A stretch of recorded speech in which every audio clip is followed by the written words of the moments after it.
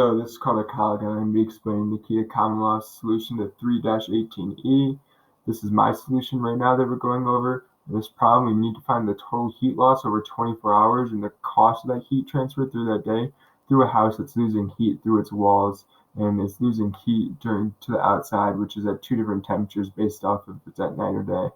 In this problem, we know the thermal conductivity of the walls, the energy cost to heat the house, and then we also know the surface temperatures of the inside and outside of the houses at day and night.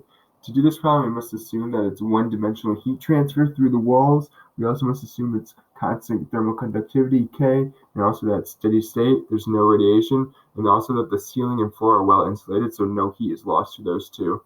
The two main equations for this is that the cross-sectional area that the heat is being transferred through is the width of the house times the height of it.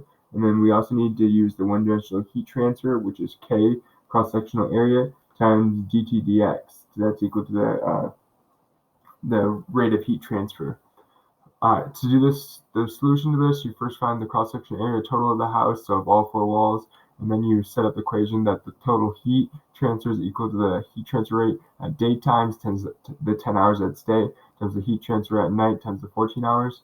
And then you find the heat transfer at daytime, which is the KAC times the T of the inside wall minus the T of the outside wall during the daytime temperature divided by the thickness of the wall. And then you repeat that same process to find the heat transfer rate at night, but with the nighttime outside temperature.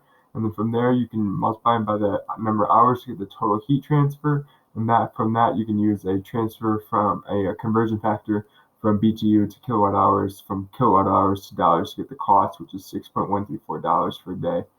My solution is exactly the same as Nikita's, except he forgot a few key assumptions that would allow him to actually do it. The assumption that he forgot is he initially forgot to include that it's one-dimensional heat transfer, and that would mean he wouldn't actually be able to have this equation that he has right here, unless he assumed that. And also he didn't assume constant K, which yet again means the equation wouldn't simplify to what he has right here. So with those two assumptions, his solution was completely correct in exactly the way I gave mine. Thank you.